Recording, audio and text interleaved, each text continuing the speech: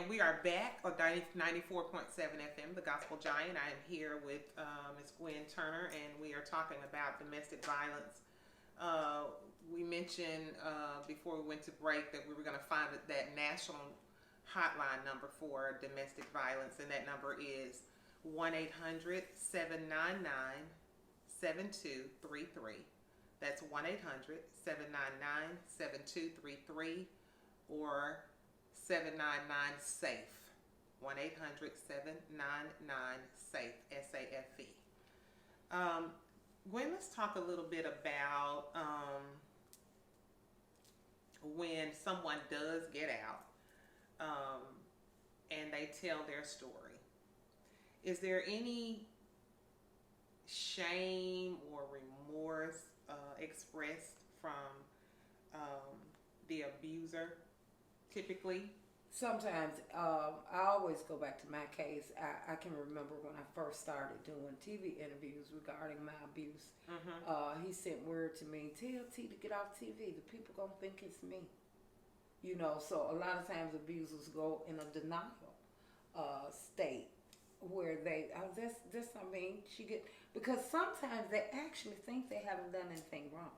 Okay. And they've seen you with a black eye, or they've seen whatever it is they've done to you, but they But feel you like, covered it up well, though. absolutely. Mm-hmm. So they figure, that I didn't do anything to her. I didn't do anything to him. Mm-hmm. So there are times when there is some degree of shame or remorse Mm-hmm. that comes from the abuser. I have known very few cases where the abuser, I think, was shamed into apologizing and stepping back and getting help.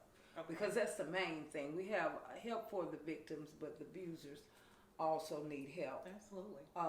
And a lot of times when victims tell their story, I try to work with victims, and before they go out publicly to tell their story, I think it's very important that they have some degree of closure regarding what has gone on. Mm-hmm. Because sometimes you can tell the story and open up wounds and that are not necessarily healed. What does closure mean in this instance? In this instance, it means that you've got to the point, I understand that I was a victim. Okay. I have accepted that I was a victim Mm-hmm. of domestic violence. Mm-hmm. I have accepted the fact that domestic violence is not who I am. Mm-hmm. Domestic violence is what I went through. Mm-hmm. So if you can get to that point, then you have come, and it takes time. It does not happen overnight, because it didn't take 5 minutes for you to get into that domestic violence relationship. It didn't take 2 minutes for it to explode into whatever it Mm-hmm. was. So there is a time period that you must go through. Also, the victim must understand that sometimes you're going to be re-victimized by your family members, by the community. And when I say re-victimized, you're going to hear people, I heard people ask me, well, why did you stay? To me, that's a statement of re-victimization. Mm-hmm. Well, I stayed because I was in love. Mm-hmm. I stayed because I thought that this was my destiny. I stayed. So you have to be at a point where you can be able to answer those questions without reservation or without, Mm-hmm. oh, maybe it was my fault. Mm-hmm. Because the community, people will make you think that it was something that you did, and it's not ever anything that you did. Mm-hmm. So I am very careful when encouraging people to tell their story. Now, I will say that in telling your story and telling your truth, it does bring about a degree of freedom. Mm-hmm. But you have to get to that point. Yeah, I was about to ask, how important is it that you tell your story? I think it's very important, but I think it's important that you tell it in time, in the Mm-hmm. right timing.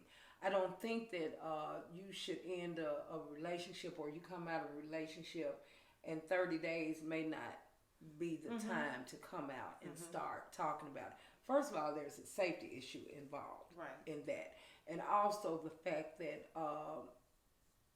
it's just like if you like chicken, when you were in a domestic violence situation, when you get out of the domestic violence situation, you still gonna like chicken. Mm-hmm. So you need to just make sure emotionally that you are ready to talk about it, because sometimes I've seen victims who have talked about their experience talked about it so much too soon that they ended up back in that situation. I am strongly with counseling. It saved my life. It saved my life. A lot of people say, "Oh, well, no," But I think that if you were in a domestic violence situation any length of time, that talking to someone is not going to help it, because you need to know exactly what made you stay. You need to know for yourself what made you stay. If you don't understand why you stay, why do I keep going back? Because in a number of times that I went back, I kept saying, "Why am I back here?" But you were in fact involved in ministry. Absolutely. So with your abuser, so you probably felt like, we do this together. The community sees us together doing these things. Absolutely. Yeah. And that's where my degree of shame was, because I always felt like, who's gonna believe the little gospel singer over the big preacher? And that's just the way I felt. I felt like nobody would believe me. And I was just too embarrassed. I was too embarrassed. And then another thing with me was my father was getting up in age at that time. I was a baby girl. If my daddy had known, my dad had never been to jail. My dad would have been in jail at 80 years old. So that was another reason why I was like, because Daddy would, and it took time to really explain to my family exactly what had gone on. So there are a lot of different, things as it relates to just being in and then coming out of it. So what about couples where the abuser gets help and the couples remain together? Does that happen a lot, or at least some? It happens. It happens. I do know of some couples who have gone through domestic violence, and they sought help, and they were really serious about it. Because understand, it's not an easy process. It's not an easy process to find out that, it's really me.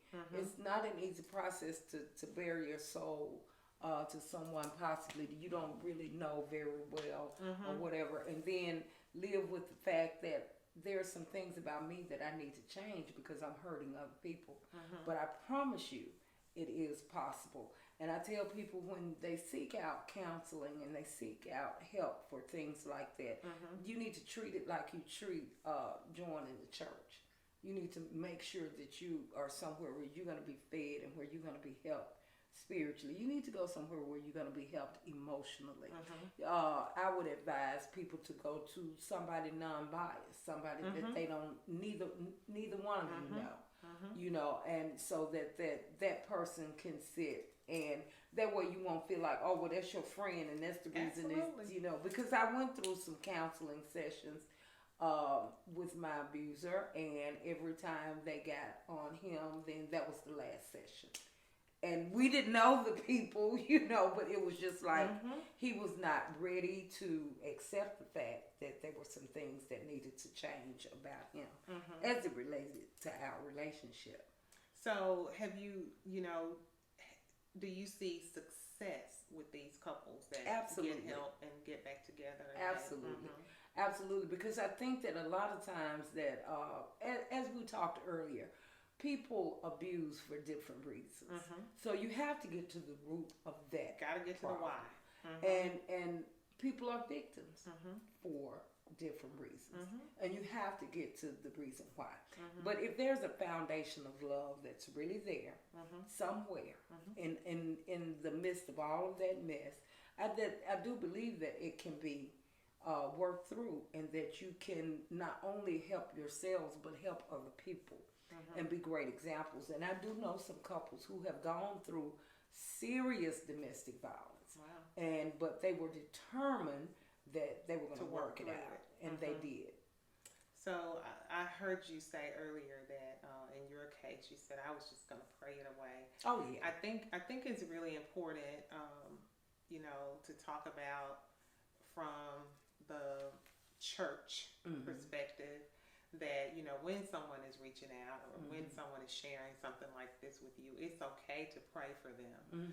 But as you pray for them, try to find a means of help. Absolutely. Absolutely. We have to realize, and I think that I did a paper in school not long ago, and I called it The Unholy Hush in the Holy Place. When I was going through domestic violence, that was something that you just did not talk about in the faith-based community. You just didn't talk about it. You didn't do it. You know, because that does not happen over here. You know, this does not happen in the church. But you were speaking of statistics earlier, and one of the statistics about the faith-based community is that 1 in 10 women every Sunday morning sitting in the church are actively experiencing some form of domestic violence. Wow. So it's something that you have to talk about. Again, there were not a lot of resources when I was going through, and I was too embarrassed to tell my pastor, you know, what I was going through. But this is something that we have to talk about in the faith-based community because it is a secret. And it does not need to be a secret. Churches need to know the legalities of what's going on. If you have a couple that's experiencing domestic violence, then there's an order of protection in place, and you have both of these parishioners there that are not supposed to be around each other. I think that education and awareness in the faith-based community would be a great help in a lot of the things that are going on. I think that a lot of times as faith-based leaders, they need to also know where they are and then when they need to send that couple on to somewhere else. I was going to pray it away out. Both of us worked in ministry, so I figured, you know, God, you know, you see me down here going through this, blah, you know, so I was going to pray and fast but you have to understand this, that abuser needs to have a desire, and prayer is always in order. Please don't get me wrong. But God has not, he does not expect us to live our lives, you know, unhappy. It is domestic violence is not the will of God. So if you can't see that you can't pray it out of them, then maybe God is trying to tell you something. I'll never forget that my pastor preached a sermon, and this was the one thing that really turned my head because I was already unhappy. I had plotted to kill this man. Yes, I did. And because I figured that was my only way out. You know, and nobody was going to find out about it because I had a good plan. And my pastor preached a sermon that said, get me out of this and get this out of me. I prayed that prayer for 3 years. 3 years because I had left and I come back. I had left and I come back. And every time that I left and came back, it was harder to leave. You know, there's a scripture that says, be not entangled in the bondage again. And I kept going back because it was the stronghold was stronger. But I prayed that prayer. You know, God, get this out of me and get me out of this. And it took 3 years. It was easy to get in that situation, but it was not so easy to get out. We are out of time. I am so grateful to you for coming and sharing this information and sharing a part of your story. I know that you're working on a book. I don't know if you want to talk about that a little bit. Is that coming up real soon? If not, you can come back and talk about it later. I'll come back and talk about it, but it's coming, y'all. Okay. It's coming. Well, I thank you so much again for being here today. And I thank you guys for being here today as well. We will see you again next Saturday from 2 until 3 on the Gospel Giant with D2D in the chat room on 94.7 FM.